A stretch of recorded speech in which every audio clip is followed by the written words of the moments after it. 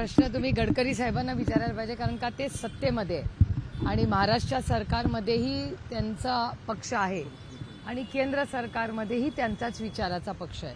त्याच्यामुळे अर्थातच गडकरी साहेबांना आमच्या सगळ्यांपेक्षा नक्कीच जास्त माहिती आतली माती असणार. त्यामुळे जेव्हा गडकरी साहेब हे बोलतात त्याच्यानंतर महाराष्ट्राचे नेते जे लोकसभेला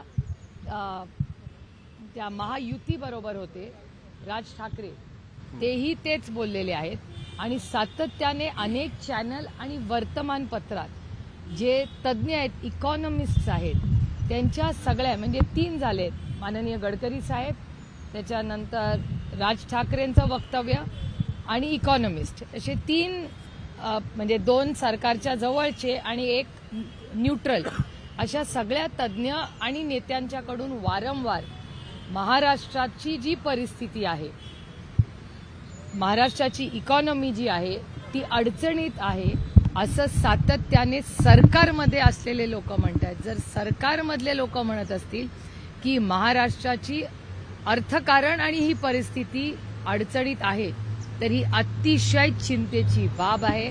अनेक महिने नाही वर्ष माननीय जयंत पाटील सातत्याने हे बोलत होते. डिसेंबरच्या अधिवेशनात ही सविस्तर ह्याच्यावरती माननीय जयंत पाटील साहेब बोललेले आहेत, तरी त्याची कुठलीही नोंद घेतलेली नाही. आणि आणखीन एक सिग्नल जो आपण घेतला पाहिजे की महाराष्ट्राचं फायनान्स मंत्रालय, वित्त मंत्रालय हे अनेक वेळा कॅबिनेटमध्ये, हे जे मी तुमच्या चॅनलवर आणि वर्तमानपत्रात वाचते की अनेक वेळा ऑब्जेक्शन्स घेतलेले जातात, विरोध केला जातो, पण त्याच्यावर दुर्लक्ष करून वित्त मंत्रालयाने काही रेकमेंडेशन, सूचना केल्या तरी त्याच्यावर कोणी ऐकत नाही आणि रेटून निर्णय घेतले जातात कॅबिनेटमध्ये, असं वर्तमानपत्रात आणि चॅनल्समध्ये येत आहे. त्यामुळे एकीकडे गडकरी साहेब म्हणतायत ते, एकीकडे राज ठाकरे म्हणतायत ते, अर्थतज्ञ म्हणतायत आणि वर्तमानपत्रात आलेली माहिती, फायनान्स मिनिस्टरची रिॲक्शन आणि जयंत पाटील जे खूप अभ्यासू आहेत आणि हे खातं अनेक वर्ष अतिशय चांगल्या पद्धतीने सांभाळलेलं आहे आणि जेव्हा जेव्हा जयंतराव या राज्याचे अर्थमंत्री राहिलेले आहेत, हे राज्य सरप्लसमध्ये राहिलेलं आहे. त्याच्यामुळे ही अतिशय चिंतेची बाब आहे.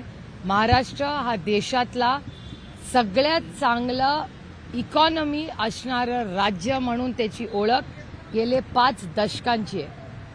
म्हणजे कैलासवासी यशवंतराव चव्हाणांपासून गेले 5 दशकं महाराष्ट्राची आर्थिक परिस्थिती अतिशय उत्तम राहिलेली आहे. पहिल्यांदा अशी भीती किंवा वास्तव बाहेर येतंय आणि याला जबाबदार फक्त आणि फक्त ट्रिपल इंजिनचं खोक्याचं सरकार आहे. कारण का त्यांनी महाराष्ट्रामध्ये प्रचंड गडबड करून ठेवली आहे. त्यांना कामांसाठी वेळ नसतो. उद्घाटनं, पब्लिसिटी, पक्ष फोडा, घर फोडा, एवढंच ते काम करतात. काल सीएम बोलले की तुम्ही फक्त टीका करता, आम्ही भूमिपूजन नाही तर उद्घाटन करतो, एक खांब उभारला नाही विरोधकांनी मेट्रोचं आणि आम्हाला टीका करतो. कसं आहे की काही लोक जे आमच्या बरोबरही सरकारमध्ये होते ते आमच्याच सरकारवर टीका करतात. ते विसरून गेले की जे आज खूप मोठ्या मनाने आमच्या सगळ्यांवर टीका करतात ते अनेक वर्ष आमच्याबरोबर एकत्र मंत्री महोदय म्हणून अनेकांनी काम केलेलं आहे. त्यामुळे कदाचित त्याला इंग्रजीमध्ये एक छान शब्द आहे ॲम्निशिया, पण ह्यांना ॲम्निशिया होत नाही, ह्यांना सिलेक्टिव्ह ॲम्निशिया होतं. म्हणजे सोयीप्रमाणे ते विसरतात. त्याच्यामुळे सिलेक्टिव्ह ॲम्निशिया या सरकारला झालेला आहे. काल सोलापूर जिल्ह्यात बऱ्यापैकी डेव्हलपमेंट झाली. मी पुन्हा पवार, शिंदे आणि मोहिते पाटील हे तिन्ही घरांनी एकत्र आल्यामुळे जिल्हा पुन्हा एकदा मव्याकडे आलाय. रणजितदादा काँग्रेस माड्याची जागा काँग्रेसला देऊन रणजितदादा तिकडून लढण्याची तयारी आज म्हणून बबनदादा लगेच सकाळ सकाळ साहेबांना भेटायला आलेत. नेमकं काय शिजतंय? असं काही शिजत नाही हो. आमचे सगळ्यांचे 5 दशकाचे ऋणानुबंध आहेत आणि अर्थातच विजयदादा, शिंदे साहेब आणि आदरणीय पवार साहेब आमच्या तिन्ही कुटुंबाचे अतिशय प्रेमाचे अनेक वर्षाचे संबंध आहेत. कधी राजकीय मतभेद झाले असतील, पण आम्ही वैयक्तिक संबंधात कधीही कटुता कोणीच आणून दिलेली नाही. तुमची स्टेटमेंट्स पहा सगळ्यांचे. त्यामुळे एक खूप म्हणजे महाराष्ट्र आणि काँग्रेसची संस्कृतीत लहानाचे मोठे झालेले अतिशय सुसंस्कृत असं राजकारण करणारे हे सगळे नेते आहेत आणि काल ते सगळे एका व्यासपीठावर आले. रणजितदादांनी अनेक वर्ष आम्ही एकत्र रणजितदादांबरोबर काम केलेलं आहे. रणजितदादा महाराष्ट्रातले एक युवा नेते ज्यांच्याकडून सगळ्यांच्याच खूप अपेक्षा आहेत आणि काल ते व्यासपीठावर येऊन शिंदे साहेबांबद्दल जे बोलले आमच्या सगळ्यांसाठी ते खूप समाधानाची आणि आनंदाची गोष्ट आहे. आणि बबनदादा आज जे आदरणीय पवार साहेबांना भेटायला आलेले आहेत, बबनदादांचे आणि आमचे अतिशय कौटुंबिक संबंध अनेक दशकांचे आहेत आणि आदरणीय पवार साहेबांना भेटायला हे सगळे नेहमी येत असतात. आणि अर्थातच आदरणीय पवार साहेबांचं घर जे प्रेमाचं आहे, विश्वासाचं आहे, ते नातं फक्त तोडोफोडोचं नाहीये, काही गोष्टी दिलसे पण करायच्या असतात.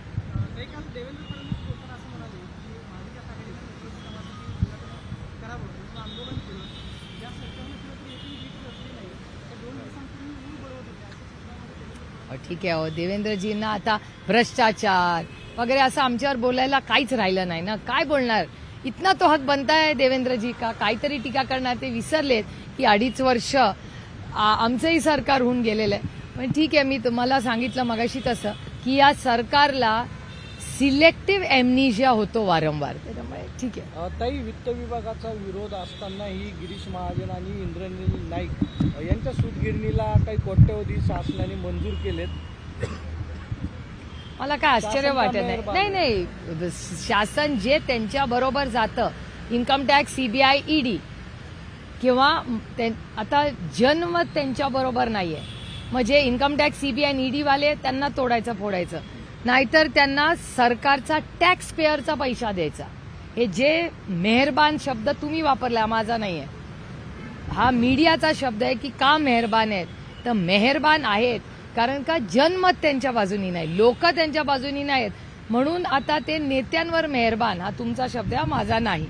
हा वारंवार आपल्याला होताना दिसतोय. आणि वित्त मंत्रालय ही म्हणजे गेल्या काही दिवसाची एक स्टाईल झालेली आहे राज्यामध्ये, एक निर्णय प्रक्रिया की वित्त मंत्र्यांनी विरोध करायचा मंत्रालयाने आणि त्यानंतर कॅबिनेटनी त्याला ओव्हररूल करायचं.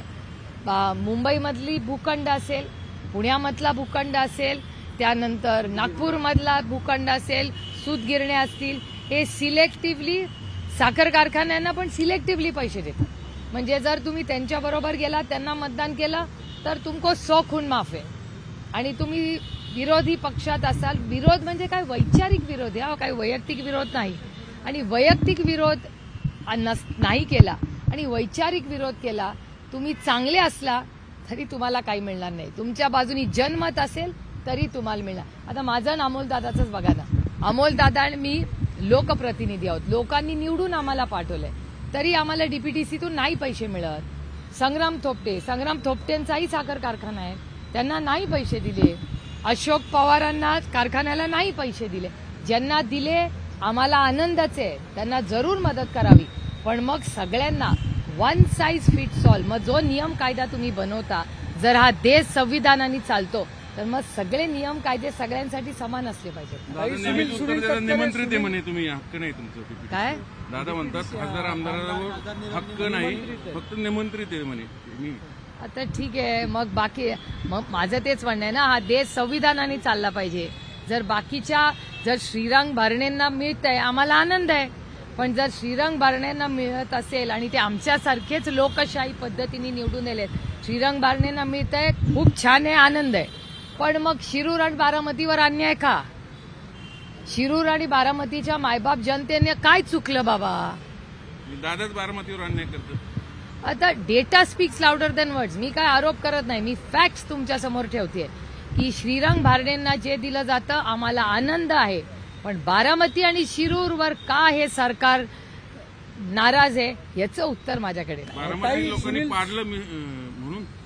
आता याचं उत्तर तुम्हाला ट्रिपल इंजिन खोके सरकारला विचारायला लागेल. मी कसं सुनील तटकरे असं म्हटलेत की लोकसभेला आमचा वोट जो आहे तो भाजपला कन्वर्ट झाला नाही, मात्र आता ती परिस्थिती होणार नाही, आमचे मतही भाजपला जातील आणि भाजपची मतं आम्हाला येतील असं वाटतं का? मला नाही माहिती बाई, दुसरे के घर में क्यों जाकू मैं. ताई, एकीकडे आपण म्हणतो की महाराष्ट्रातले उद्योग बाहेर गेलेले आहेत आणि त्याच वेळेस काल उदय सामंत म्हणले की औद्योगिक क्षेत्रात FDIs मध्ये महाराष्ट्र नंबर 1ला आले. हो, हे डेटा सारखा सांगत बसतात. फॅक्च्युअल काय आहे, आपण पुण्यात आहोत, पुण्याच्या चाकणमध्ये मोठी इन्व्हेस्टमेंट येणार होती की नाही 2 लाख कोटी रुपयाची, काय झाली त्याची इन्व्हेस्ट?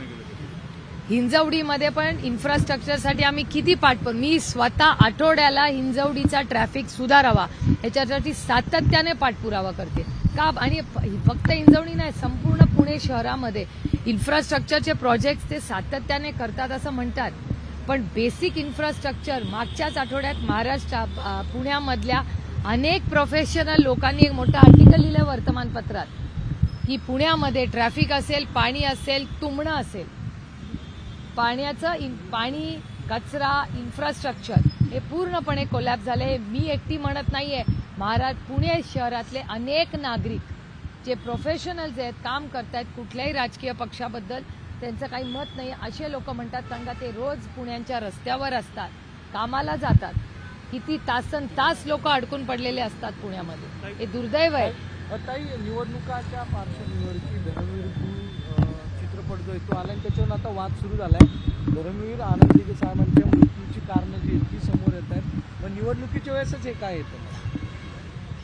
मला गंमत वाटते की हा सिनेमा आणि टीव्ही सिरियल नाहीये, ते अमेझॉन, नेटफ्लिक्सवर बघायचं असतं. हे या देशाचं वास्तव आहे. आम्ही राजकारणात कशासाठी आलो तर पॉलिसी मेकिंगसाठी. पॉलिसीज अशा करायच्या, निर्णय असे करायचे की त्याच्यात मायबाप जनतेच्या आयुष्यात एक चांगला बदल घडवण्यासाठी. सिनेमा हा असलाच पाहिजे. सिनेमा ही एक इंडस्ट्री आहे आणि त्या इंडस्ट्रीमधून प्रचंड एम्प्लॉयमेंट होते. त्याच्यामुळे इंडस्ट्री म्हणून सिनेमाकडे आपण पाहिलंच पाहिजे, एंटरटेन म्हणून पाहिलं पाहिजे, करमणूक म्हणून पाहिलं पाहिजे. पण सिनेमा हे काय राजकारण होऊ शकत नाही ना. आणि जी घटना 23 वर्षापूर्वी झाली, तुम्ही इतके वर्ष सत्तेत राहिला, होम मिनिस्ट्री तुमच्याकडे, टेलिव्हिजनमध्ये तुमची नियत जर साफ असेल तर टेलिव्हिजनमध्ये बोलण्यापेक्षा तुम्ही जाऊन पोलीस कमिशनरकडे गेलं पाहिजे किंवा तुमच्या कॅबिनेटमध्ये या राज्याचे होम मिनिस्टर येतात ना कॅबिनेटला, त्यांना सांगा, कंप्लेन करा, त्याच्यात काय. हर्षवर्धनच्या विरोधात मी यायच्या आधीच सगळे पक्षातले लोक गेले की आयात नको उमेदवार. मी खरं तर हर्षवर्धन यापूर्वी बोलून दाखवले की तुतारी घेऊ म्हणतात, मी त्यांची इच्छा आहे. नेमकं काय आता नाही, काल मलाही आदरणीय पवार साहेबांना, इंदापूरचे सगळे आमचे सहकारी नेते पदाधिकारी पवार साहेबांना भेटले. ते मलाही काल संध्याकाळी भेटले. त्यांची एवढीच विनंती आहे की या महाराष्ट्राच्या मायबाप जनतेच्या आशीर्वादामुळे राष्ट्रवादी काँग्रेस पक्ष आणि तुतारी वाजवणारा माणूस जे आमचं चिन्ह आहे, तर तुतारी वाजवणारा माणूस हे चिन्ह घेऊन महाराष्ट्राच्या स्वाभिमानासाठी सगळ्यांनी लढावं अशी अनेक लोकांची इच्छा महाराष्ट्रात दिसते आणि ती तुमच्या चॅनल्सवरही वारंवार दिसते. त्याच्यामुळे इंदापूरमध्येही काही लोकांच्या भावना आहेत. राष्ट्रवादी काँग्रेस पक्ष हा पारदर्शकपणे नेत्यांचा पण आणि कार्यकर्त्यांचा आणि पदाधिकाऱ्यांचा मान सन्मान करून निर्णय घेणारा पक्ष आहे आणि लोकशाही पद्धतीने हा पक्ष चालतो. त्याच्यामुळे प्रत्येक जण येऊन नाही, एंट्री असं नाही हो, एंट्री आणि एक्झिट असं नसतं. मी अनेक वेळा हे मी चॅनल्सवरही बोललेले आहे की हर्षवर्धन पाटील, ज्यांना मी आदराने भाऊ म्हणते, हर्षवर्धन भाऊंचे आणि आमचे कौटुंबिक संबंध 6 दशकांचे आहेत आणि मी जोपर्यंत आहे तोपर्यंत ते प्रेमाने, आदराने पाळलेच जातील. कोण कुठल्या पक्षात आहे हे नाही, पण सिनियर भाऊ जे होते, सिनियर भाऊंचे आणि आमचे कौटुंबिक संबंध, त्याच्यानंतर भाऊ गेल्यानंतर हर्षवर्धन भाऊ राजकारणात आले. त्यामुळे आमचे कौटुंबिक संबंध कालही होते, आजही आहेत आणि उद्याही राहतील. आता कोण काय निर्णय घेईल राजकीय, ह्याचा आणि आमच्या कौटुंबिक संबंधाचा काहीही संबंध नाही. सुनील केदार यांनी एक असं वक्तव्य केलंय की 2 महिन्यांमध्ये महाविकास आघाडीचं सरकार येईल. मग आता जे IAS IPS अधिकारी भाजपसाठी काम करतायत त्यांना आम्ही सॅल्यूट मारायला लावू किंवा त्यांना आम्ही भाजपचा गणवेश घालायला लावू, अशा स्वरूपात. तुम्हाला सुनील केदारांचा तुम्हाला स्वभाव माहिती आहे, थोडा हसी मजाक इतका तो हक बनता आहे यार. काय झालंय, भारतीय जनता पक्षामध्ये हसणं मना आहे.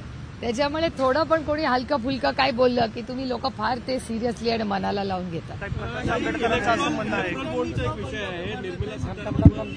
मुख्यमंत्र्यांनी जो बंड पुकारला होता चित्रपटात असं दाखवलं होतं, हिंदुत्वासाठी तो बंड पुकारला, अशा पद्धतीने मी तुम्हाला सांगू, मी सिनेमा हे करमणूक म्हणून बघते आणि राजकारण खूप गांभीर्याने करते. मी दोन्ही मिक्स नाही करत. Cinema is happiness and entertainment. ते काम नाही आहे, कुणाचंच नाही आहे. मग काय सिद्ध काय करायचं त्यांना त्यांचं? मला कसं माहिती असेल? मी सिनेमा करमणूक आणि एंटरटेनमेंट म्हणून बघते. निर्मला सीतारामनवर एफआयआर करावा असं कोर्टानेच म्हटलंय. ते इलेक्ट्रॉनिक बॉन्डचा विषय होता. आता त्यांची राजीनाम्याची मागणी पण होती. नाही, खूप धक्कादायक ती सगळी घटना आहे. आणि नोव्हेंबरमध्ये जेव्हा पार्लमेंट सुरू होईल तेव्हा आमची पहिली मागणी सरकारमध्ये असेल की आम्हाला ह्या सगळ्याची पारदर्शकपणे इन्क्वायरी झाली पाहिजे. कारण मलाही आश्चर्य वाटलं खरं तर. मला निर्मलाजींबद्दल अशी बातमी येईल असं माझ्या ध्यानीमनी कधी नव्हतं. कारण का निर्मलाजींना एक अतिशय सुसंस्कृत महिला म्हणून मीही अनेक वर्ष अतिशय जवळून पाहिलेलं आहे. त्यामुळे ज्या पद्धतीने हे जे मीडियामध्ये येत आहे हे माझ्यासाठी अतिशय वेदना देणारं आणि आश्चर्यचकित करणारं आहे. नरहरी झिरवळ हे मंत्रालयाच्या गेटवरती आजपासून आंदोलनासाठी बसत आहेत. त्यास म्हणतात की धनगर समाजाला एसटी प्रवर्गातून जे आरक्षण देण्याची मागणी केली जाते त्याला त्यांचा विरोध आहे. नरहरी झिरवळ हे सत्ताधारी पक्षातले आमदार आहेत आणि ते काल मंत्रालयाच्या गेटवरती आंदोलन करतात. माझं म्हणणं आहे की जर सत्तेत असलेल्या आमदाराला जर रस्त्यावर उतरून आंदोलन करावं लागत असेल तर ह्याच्यावर मला पुढे काही बोलायची गरजच नाही आहे. आणि मला असं वाटतं झिरवळ साहेबांनी पहिली गाठ घेतली पाहिजे माननीय देवेंद्र फडणवीसांची.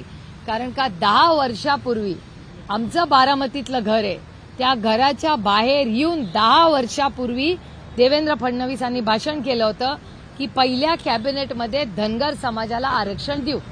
त्यामुळे मी सातत्याने हे सांगते की धनगर, मराठा, लिंगायत, मुस्लिम आणि भटक्या विमुक्त समाजाच्या आरक्षणाच्या बाबतीत अतिशय फसवणूक कोणी केली असेल तर ती भारतीय जनता पक्षाने केलेली आहे. आणि झिरवळ साहेब जे आंदोलन करतायत मी पूर्ण त्यांच्या भावना समजू शकते. पण ह्याच्यातूनच दिसतंय तुम्हाला की महाराष्ट्र सरकारचा कारभार हा किती विस्कळीत आहे, ज्याच्यात सत्तेत असलेल्या आमदारालाही रस्त्यावर उतरावं लागतंय. त्याचं कोणीही ऐकत नाहीये.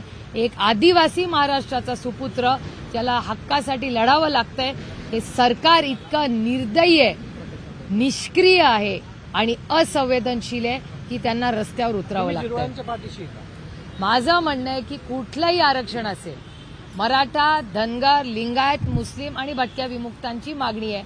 सगळ्यांच्या बाबतीत मी अनेक वेळा महाराष्ट्र सरकारला आणि तुम्हालाही चॅनलला सांगितलेलं आहे, आमची भूमिका आहे जे सत्तेत आहेत त्यांनी एक बिल आणावं, त्या बिलवर सगळे मिळून चर्चा करू आणि चर्चा करून जेव्हा मार्ग निघेल तेव्हा कुणाचंही सरकार असू दे, मग ते मोदी सरकार असू दे, एनडीए सरकार असू दे, काँग्रेसचं सरकार असू दे, युपीएचं सरकार असू दे, कुणाचंही सरकार असलं तरी आरक्षणाच्या बाबतीत मराठा, धनगर, लिंगायत, मुस्लिम आणि भटक्या विमुक्त समाजाच्या हक्कासाठी आणि आदिवासींच्या हक्कासाठी आम्ही ताकदीने जे सरकार असेल त्याच्याबरोबर उभं राहू. आम्ही त्याच्यात राजकारण कधी आणलं नाही आणि कधी आणणारही नाही. काही राजकीय ऍडजस्टमेंटसाठी निलेश राणे काहीतरी शिंदे सेनेत जाणार म्हणतात की जोरदार जागा. मला काही माहिती नाही बाबा.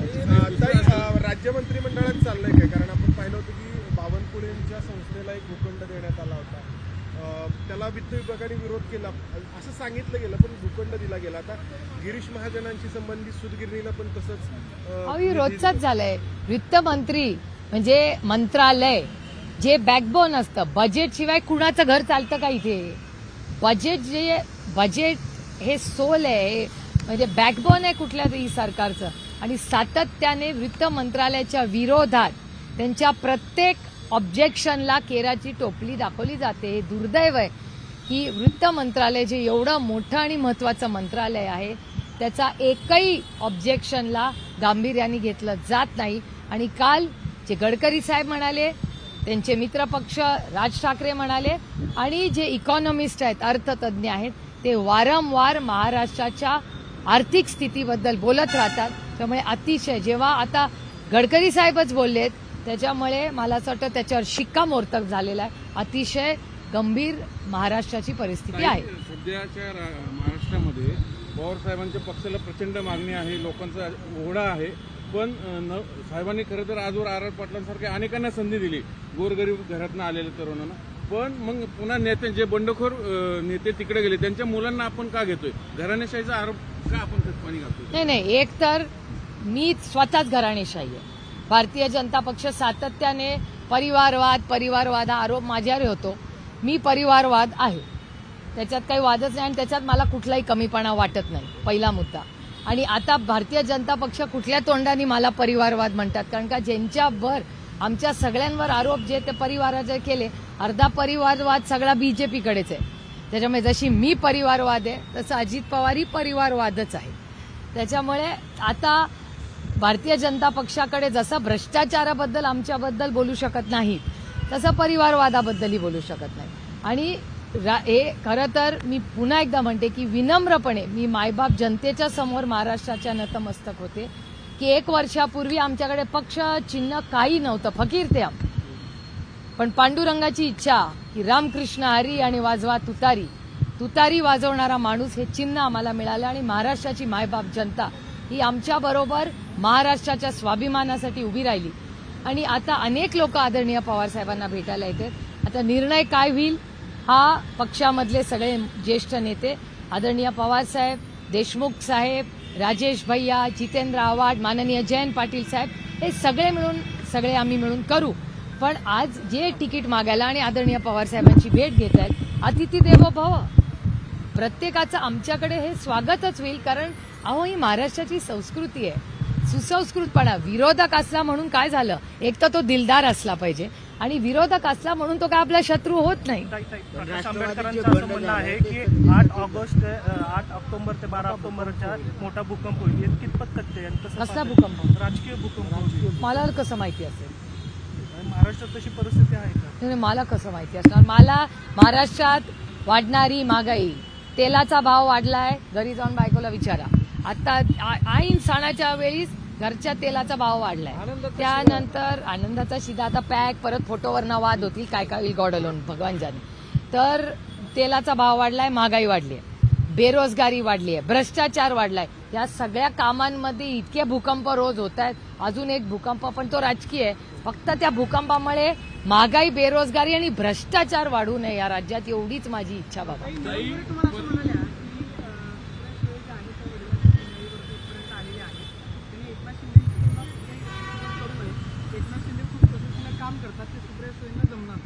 पण मी कधी एकनाथ शिंदेची केलीच नाहीये, मी कधीच केली नाही तुलना. मी कुणाचीच तुलना कुणाची करत नाही. तिकडे परभणीमध्ये एक ओबीसी उपोषण करता गावात गेल्यानंतर त्यांनी छत्रपतींच्या प्रतिमेला हार घातल्यावर त्या गावातल्या जरांगे समर्थकांनी पुन्हा त्या छत्रपतींच्या विटाळ झाला म्हणून दुग्धाभिषेक केला. अशी घटना महाराष्ट्रात, पुरोगामी महाराष्ट्रात घडणं हे किती? जरूर. एक तर मी हे पाहिलेली नाही, आज सकाळी पेपरमध्ये पण नाही आलेली माझ्या वाचनात, पण जरूर मी याची माहिती काढीन आणि नक्की तुम्हाला त्याचं उत्तर देईन. कारण का नक्की काय झालंय हे जरूर मी समजून घेईन. कारण का तुम्ही म्हणताय की आपल्या पुरोगामी महाराष्ट्रामध्ये ज्यांनी नेहमी देशाला दिशा दिलेली आहे, अशा महाराष्ट्रात कुणालाही वेदना होतील अशा घटना कोणीही बोलू नये किंवा करू नये अशी माझी प्रयत्न असतो आणि माझीही सगळ्यांना विनंती आहे. 2 प्रश्न इंग्लिशमध्ये पण द्या. 1 मिनिटांचं उद्या बाबा, मराठी उद्या सगळं. नाशिकमध्ये एअरपोर्टवर लाईट बंद झाल्यामुळे 2 महसूल मंत्री अडकून पडले होते. लाईट बंद पडली. एअरपोर्ट. बरं, मला गंमत वाटते ज्या सरकारमध्ये, म्हणजे ज्या सरकारचं म्हणणं आहे की एनर्जी सरप्लस स्टेट आहे ना महाराष्ट्र, मग जर एनर्जी सरप्लस स्टेट आहे, ह्या सरकारनी मोफत वीज दिली आहे, बरोबर? जर मोफत वीज शेतकऱ्यांना दिली आहे, जरा तुम्ही जाऊन माहिती काढा की किती वीज मोफत दिलेली खरी, पण किती येते, किती वेळा वीज मिळत नाही लोकांना, याचाही एक आढावा खरं तर तुम्ही चॅनलवाल्यांनी. जे सरकार सरप्लस आहे, घोषणा झाली ना, पण खरंच बटन दाबल्यावर किती वेळा लाईट, किती तास लाईट असते, याचा कोणीतरी आढावा घ्यावा. आणि सरकार सातत्याने म्हणतं की पॉवर सरप्लस आहे, म्हणजे लागतं त्याच्यापेक्षा जास्त पॉवर या सरकारकडे आहे. तसं जर असेल तर मग 1 मिनिटही लाईट जायला नाही पाहिजे कुठेही राज्यामध्ये. याचा अर्थ खोटं बोल आणि रिटून बोल, याचं आणखीन एक उदाहरण. काही शेवटचा प्रश्न. पवारसाहेब कर्जत बोलताना असं म्हणाले की रोहित पवारांची 5 वर्ष जनतेची सेवा करण्यामध्ये गेली, 5 वर्ष महाराष्ट्राची सेवा करण्यामध्ये झाली, त्यामुळे तर्कवितर्क म्हणाले की अनेक जणांनी मंत्रिपदाचे पोट शिवले, मात्र सरकार येण्यासाठी 145चा आकडा लागतो. बरोबर आहे ते म्हणतायत ते, बरोबर आहे स्टेटमेंट, दोघांचंही स्टेटमेंट बरोबर आहे. ताई, what did you say on what is asked?